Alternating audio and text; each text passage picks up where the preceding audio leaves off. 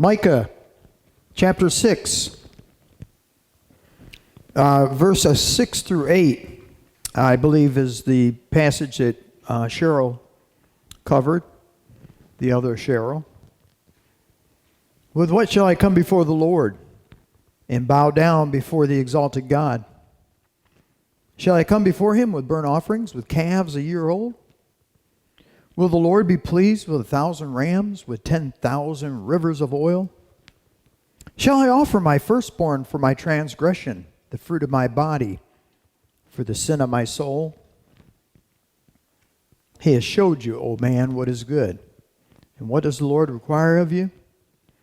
To act justly, to love mercy, and to walk humbly with your God. So, I understand there was some homework to be done on that particular passage that day. And everybody got their homework done, correct? Connie, what's that chuckle for? The dog ate it, okay. Hey, go green, man. Wasn't that the most amazing, awesome thing you ever seen? That was good.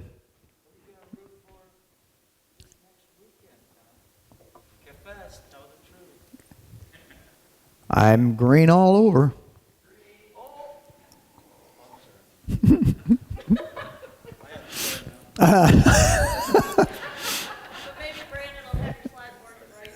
Yeah, we'll see.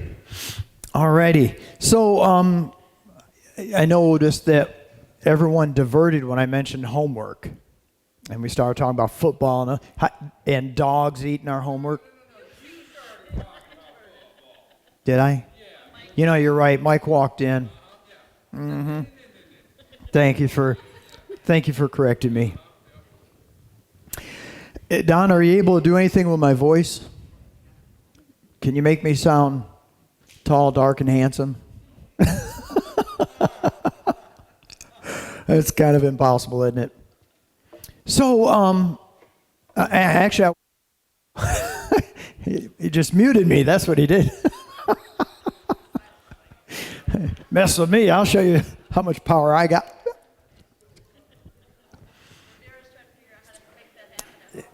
Oh, she knows. So Cheryl, closer Cheryl, what was the homework assignment?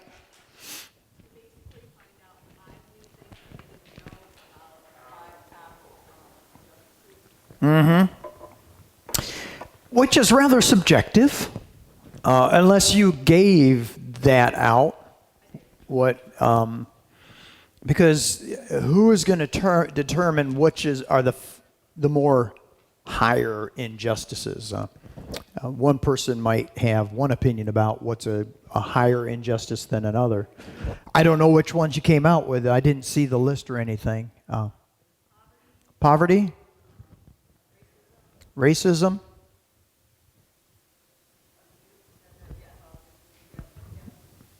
Okay. There you go.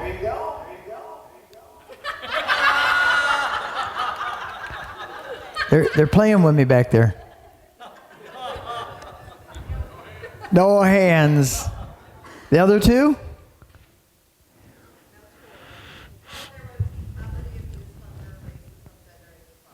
Oh, okay, that's all five. Okay. Of course, to me, when you think about injustice, I think about some other ones as well. But anyhow, that wasn't my class. We may get into that today. And so it sounds like Jules, being the awesome school teacher you are, and knowing how important that is for so you did your homework.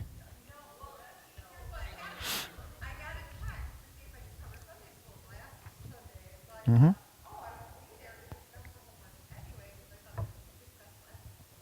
Ah.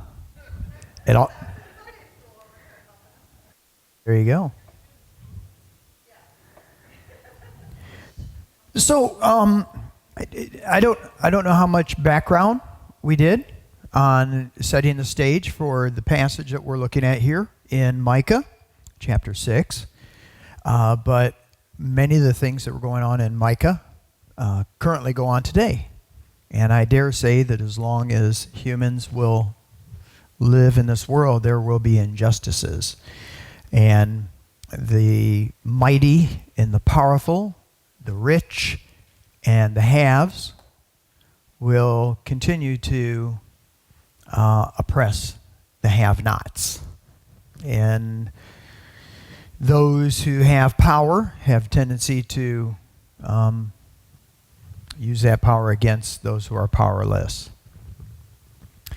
To me, one of the greatest injustices today is the denial of life to the unborn.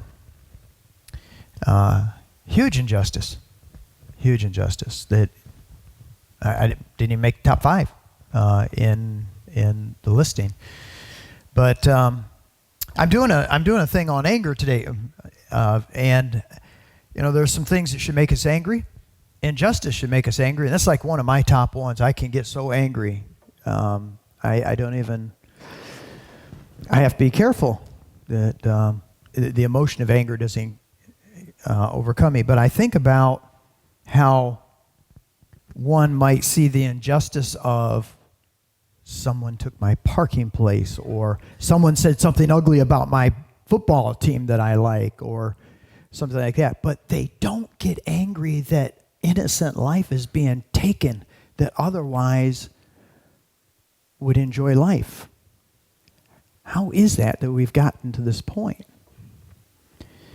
I don't know. And why is it that people care about whatever the latest issue is? For instance, poverty or immigration. And man, that poverty's been in Africa for a long time. Why is it that when the terrorists from Al-Shabaab came and killed nearly 200 students in northern Kenya at a college, and basically asked them, "Are you a Christian?"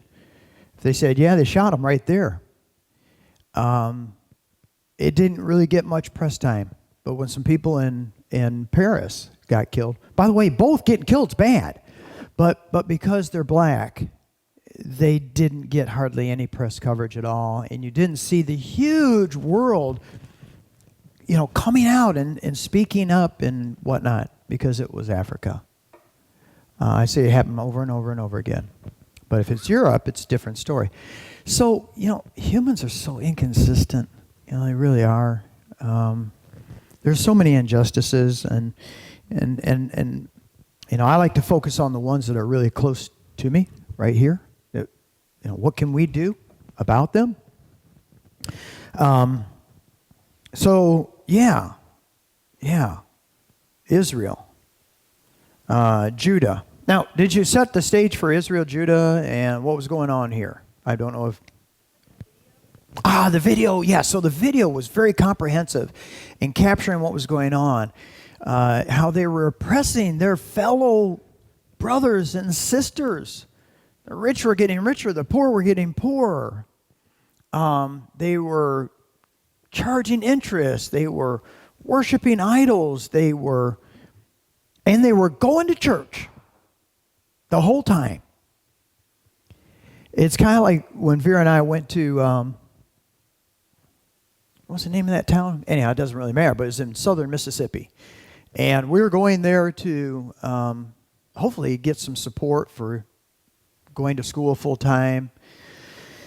And so the preacher at the congregation in Panama City where we lived, he said he set it up for us to go to his congregation in Mississippi, southern Mississippi.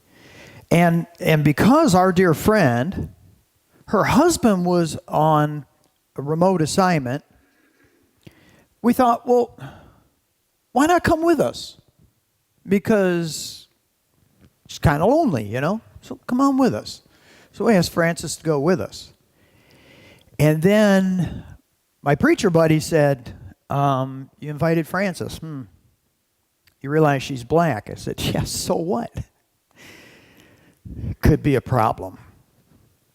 So what are you talking about? We're going to church. We're going to a Christian church here, And he goes, yeah. He says, you ought to go anyhow. I said, I am going anyhow. You know. So we took Francis. You remember this, babe? It was quite the experience. Oh, the name keeps coming. Seems like it begins with a B. But anyhow. So we take Francis with us. We go to this church, and we're standing in the foyer, and we're welcoming people as they come in. And it was me and Francis and Vera as we're welcoming people. So they came in. I said, "Hi, my name's Tom. I'm from Panama City, and it's my wife Vera." And my name's Tom. It's my wife Vera. Until I realized it was Francis who was standing right next to me. And so I was getting some strange looks. And so to make kind of a long story short, this congregation was all white. They had white, and to this day, I'm sure they have white congregations and black congregations. And they didn't really appreciate me bringing a black lady into the church. And they didn't, physically mistreat her. They didn't say anything ugly to her. It's what they didn't do, And as soon as I walked out, one of the elders, when they brought us up there, they put us up in a hotel, and they were going to take care of our meal. It's part of the deal of coming up and preaching for them that Sunday. And the first thing the elder asked me when I walked out the door after the sermon, he said, "Where did Francis stay?" I said, "What, you worried that your money paid for Francis?" I said, "Don't worry about it. I took care of Francis's stay." And then we went out to eat, and then all the service people, bus people, the wait staff, were all black, and where we ate, the crowd was all white, So it continues on to this day. The racial injustices that are going on, some of the things that are institutionalized. And there are brothers and sisters in Christ. And I tell you what, I get after the black congregations as I get after the white congregations. It's like, why do you have? They say, "Oh, you got to know the culture." It's the culture. We as blacks, we like to have it all black. We don't like whites coming in. They don't know our culture. And then the whites like, it's our culture. And it's like, really? Go back and read Galatians. You want to talk about culture? Jew, Gentile. And Paul, he got in Peter's face. Go back and read it. This will not stand. This is an injustice. This is wrong. A Gentile is your brother and sister. Jew, Gentile. Neither Jew nor Gentile. Slave nor free. Male nor female. We're all one in Christ Jesus. Galatians, right?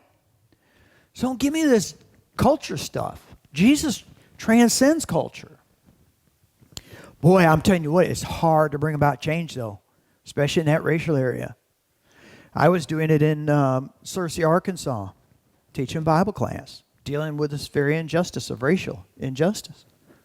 All white. And I can't even tell you the things that some of the people said in my Bible class. And I told them, you can't talk like that. Well, why not? That's what they called.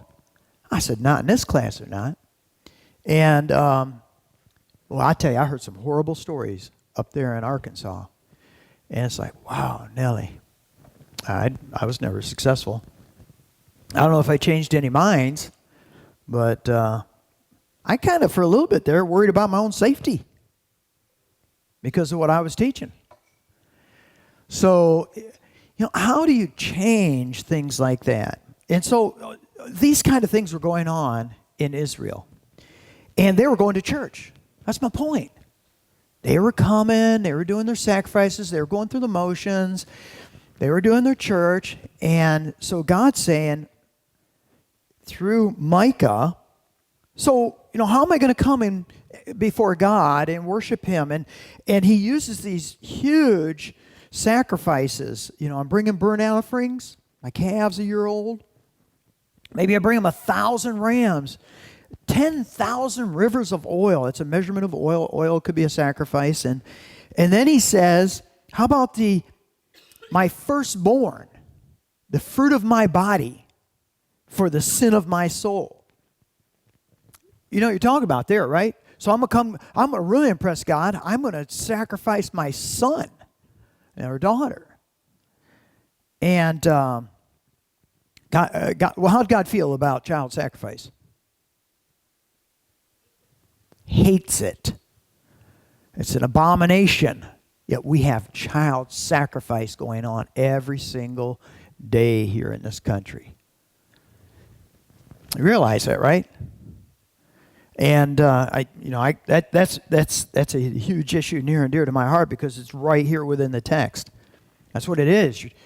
People are trading sexual responsibility for their own firstborn or their child. They're sacrificing it for sexual irresponsibility. I heard someone say, that it's about birth control. No, it isn't. It's about self-control. My goodness. It's about self-control. There's a couple of things that are just 100% preventable, and getting pregnant is one of them.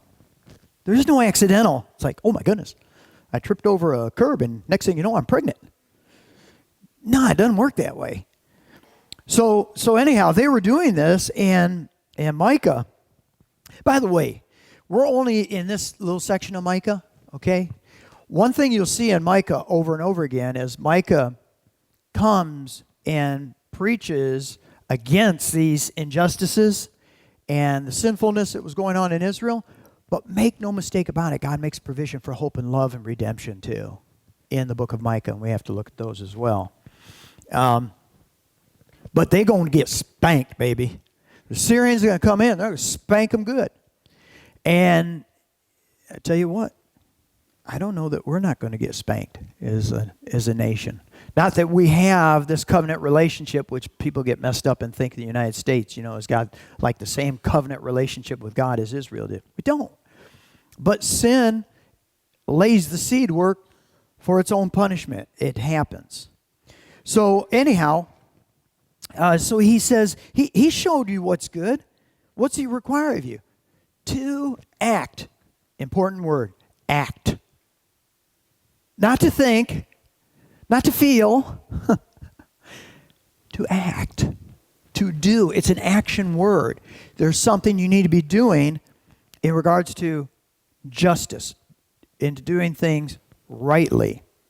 And to love mercy, which is the word chesed, this beautiful Hebrew word that is akin to the Greek word agape, love mercy, and to walk humbly with your God.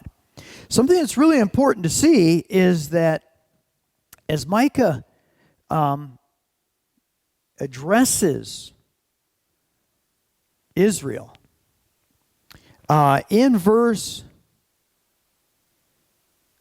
8, we did this in my life group a couple of weeks ago. So I want to get some other folks here. Cheryl, I can always trust in you for a King James version. Verse 8 of Micah 6, I caught you off guard, but if you look that up, huh? You didn't bring it? Huh? No, that's fine. It's fine. What does it say? Yeah, just verse 8. Oh, it just says, oh man? That's where they've changed it. Let me see. I need something else. Where's Pete with his multiple translations? How about the ESV? If anybody's got ESV. Vera, you got... all this time I've been thinking Vera has the CEV. She has the New Century Version, right? And yours had not, oh man, oh human. That's what I liked. I like that translation. You hear that? It said, oh human. Okay. Who else has another translation? Who said mortal? Okay, what translation is that? NIV? Oh, mortal. This is really an important word, and I shared with my life group how this one guy he was trying to make fun of a particular Bible translation, and it said, he has showed you, oh mortal? Who talks like that? And he goes on and on and on. And we've been talking several weeks about Bible translation. That's what he's saying. That's what the text requires. And what Micah is doing, as inspired by God, he's putting the hearers in perspective to God. We are mortals. We are humans, and he's drawing reference to that humanness and your mortality. It's really an important point here because as you go on to the latter part of verse 8, and I think I talked to you a little bit, at least my life group, about chiastic structure. Chiastic structure is there's a part up here and a part down here that connect to one another, that draw emphasis to something, and what it's doing here, and by the way, Katie, study chiastic structure. It's really I've even got an article for you. And what it is trying to show us, and the folks who are reading it would immediately pick up on it, is you're human. You're mortal. And God is so transcendent above you. You need to humbly bow before him and submit to him in regards to these things, to love doing justice and to love mercy and to walk in this state of mortality, this state of humanness with your God, humbly. Okay? So, what can we do to act justly? Matter of fact, there's some other translations. I like the NLT. You read that to me, didn't you, when we were studying this text? It doesn't say act, it says not to act justly, to do what is right. So, what do we do and what are we doing that is right when there's an injustice that's within our... I mean, I can't solve the injustice of all the poverty, but we can do a food pantry and we can help people, can't we? So there's some things that we can do, and we are doing that here, and it's amazing. We've been doing a lot. Right, Sue? We've been doing a lot of things, helping people. A lot of different people in this area. But was that part of the homework? Like, what are some things that we can specifically do that are right?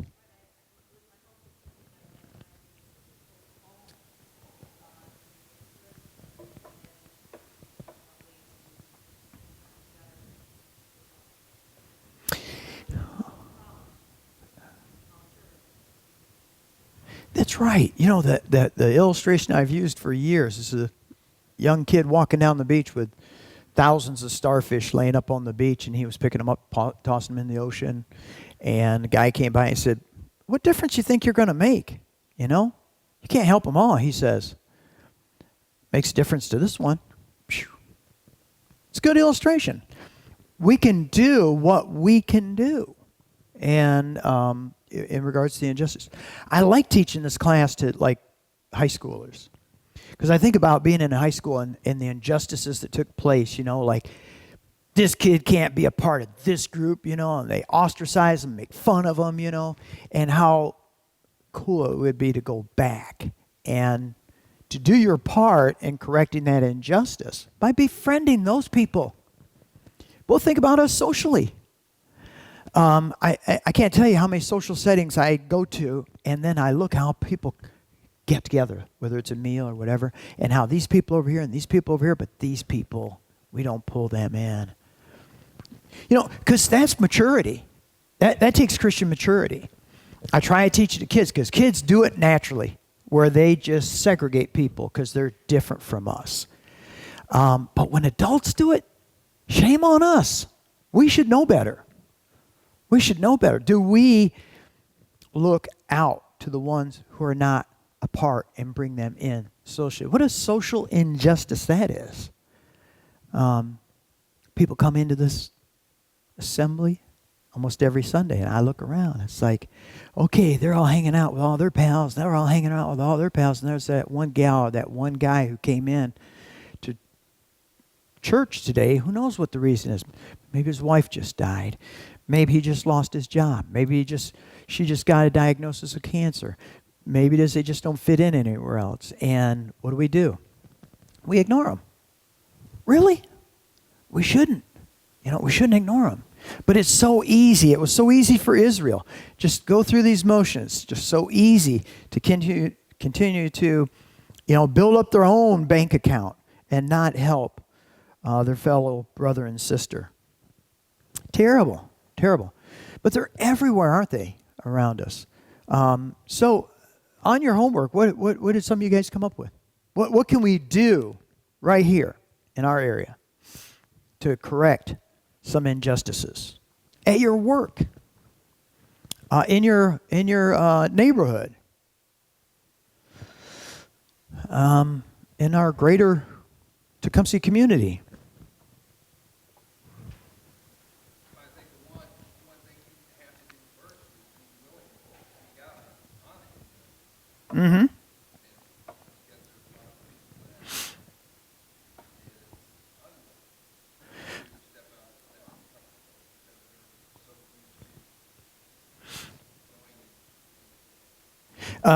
For those of you who didn't hear Jamie, he said, you got to be willing to speak up and do something.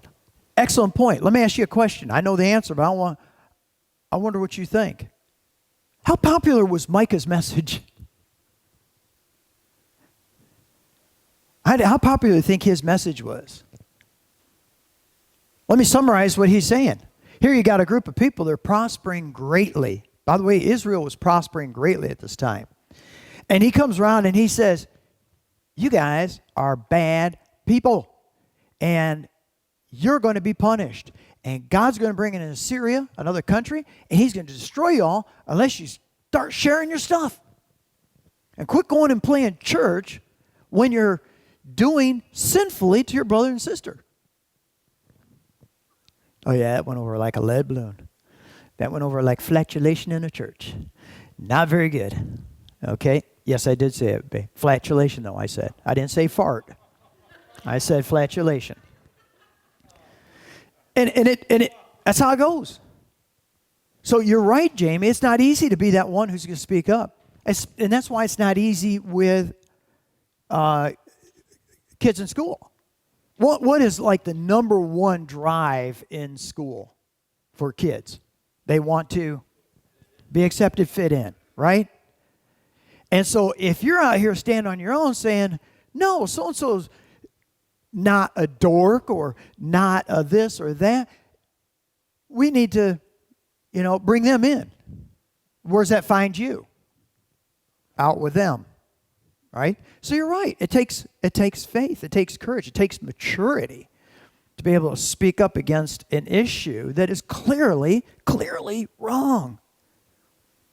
And so, you know me. I do not get involved in politics and blah, blah, blah and all that kind of stuff. But I tell you, the issue of abortion in this country is not political.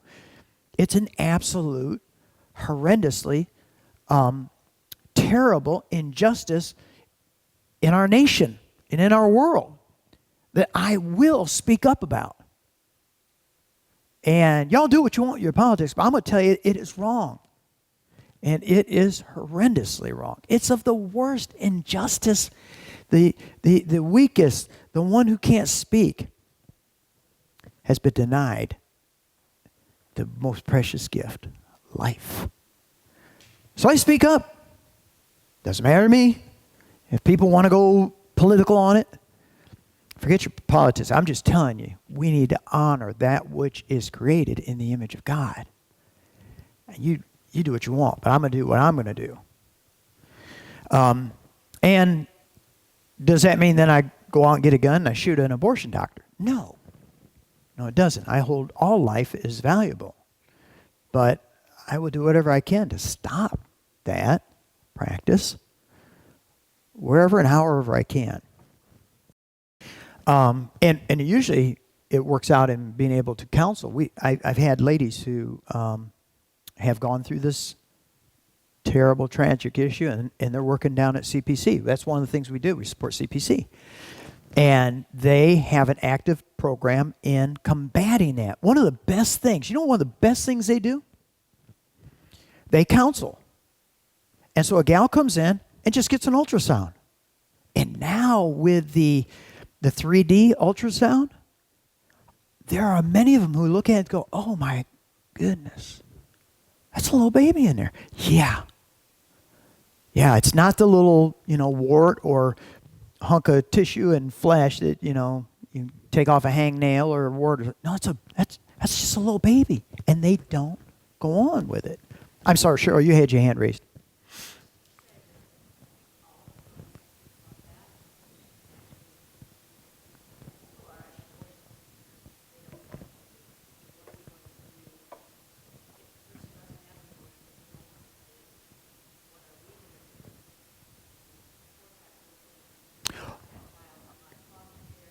Good.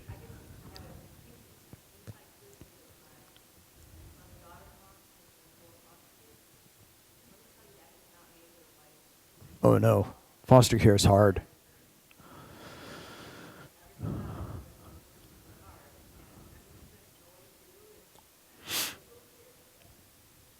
Yeah. Boy, you just like put raw meat in front of a hungry dog on that issue. Because there's a lot more to that issue. And some of that issue, the way that it's being used, is by people who are pro-abortion to make those who are not feel responsible for their irresponsible pregnancy. That I see as an injustice too, that they're saying, really? If you're not going to take care of my kid, then that justifies abortion. Well, no, it doesn't. I'm not the one that made the baby. But it needs to be balanced with compassion too. Does that make sense? To try to make the argument that because I'm going to be irresponsible in my reproductive behavior, and if you don't want me to get an abortion, you need to take care of my kid. Is that right? That's just as unjust as you killing the kid. It's justifying for you the reason why I should get an abortion. But I'll tell you what the first century Christians did. Because abortion isn't anything new. It's just they have more refined practices.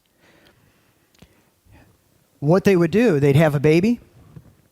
It'd go to term. And if it was a girl, they had a place in Rome where they just took the kids out and they exposed them to the elements. They just left them there. Basically just pitched them out in this field. The Christians would come along and they would pick up those babies and take them home and raise them. And that made a huge impact on the people around them for the compassion they had. Sure, it wasn't their responsibility. They're not the ones who made the baby, but they thought that much about life. They knew that this little baby was created in the image of God. That they took it upon themselves to take care of that child. So yes, don't buy into the argument, but still, we need to be a people of compassion. And what can we do? What can we do? Foster care is a tough one. I'd rather do adoption any day than foster care. People who do foster care, I take my hat off to them because, I just don't know how I could take a child in and then the court tell me I have to put it back in that dysfunctional home. And I could just find myself like ending up in jail or Canada or kidnapping that kid or something because that's a tough one. But we do need to be people who are willing to support financially, to be foster parents, to be adoptive, but don't do it because you've been manipulated. Don't do it because they're making this false argument over here. Do it because you love God and you love children. Hopefully that makes sense. It needs to be a balanced argument because there's some people who are, and I don't know hardly any, who are pro-life who say, yeah, but your kid's on your own. I'm not helping you. And what about the kid who ends up 16, 17 years old, pregnant, and has no income, has no job, and yada, yada, yada. It's what we call a crisis pregnancy. What do we do with them? Do we say, yeah, it was your sin, handle it, baby? Is that how we handle it? Or do you come alongside them? Help them with some food. Help them with a job. Help them with diapers. Help them with whatever they need so that they can do it. I believe Micah would say, that's what's right. Do what's right. You know? But be careful. They need to do something. I remember when Vera and I, 17 years old, had a little baby. Couldn't have made it without the help of others. But we did our part. I was working 2 jobs. I'm going to start talking like an old timer now. Making $1.35 an hour at the slaughterhouse. Okay? Then I had another job. I actually had several jobs. I go on all day long. But I did my part. Vera did her part. But we still needed help. See what I'm saying? So instead of somebody just laying up, doing Facebook all day and, drinking Cokes and not doing anything and expecting money to come in, what are you doing too? So that's why I'm trying to get the balance here. Because it's not just for us to put some people on a dole and make them totally dependent on us. That's not just either. But we need to give people help who need help. But people also need to be responsible and do what they can do as well. So obviously this is a huge, huge topic, isn't it? But I like it. I think it's something we need to be looking at and looking, what can we do in our area right here, right now? CPC is one. You probably know people that are in crisis situation. What are we doing? How can we come alongside them and help them? And I like Jamie's point. What are you speaking up against? You got a voice. May not be popular. Do it anyhow. And I like this. That's why I like the NLT in this, because it really translates the idea. Do what's right. Action word, know what's right, and you do it. That's what God wants you to do. And love mercy. See how the balance is? You're doing what's right. You're loving compassionately, mercifully. All righty. Thank you much. Maybe we'll take this up again next week a little bit. Come with some real solutions. Maybe even come with some people that you know that we can help out. Don't name their names, but think about what we as a church can do to help out. What are we as a church that's doing right in our community? Well, we're feeding poor people. We're helping CPC. There's a couple of things we're doing right now. Hey, you know what? We raised $1,000 last year to support CPC in that little baby bottle thing. Well, it actually was $999.90. And I said, man, I wish I'd known that. I put the other dime in, make it exactly 1,000. We've gone up every year in that. And so I say, I take my hat off to you, but I don't have a hat, so I can't take it off. But I would if I had.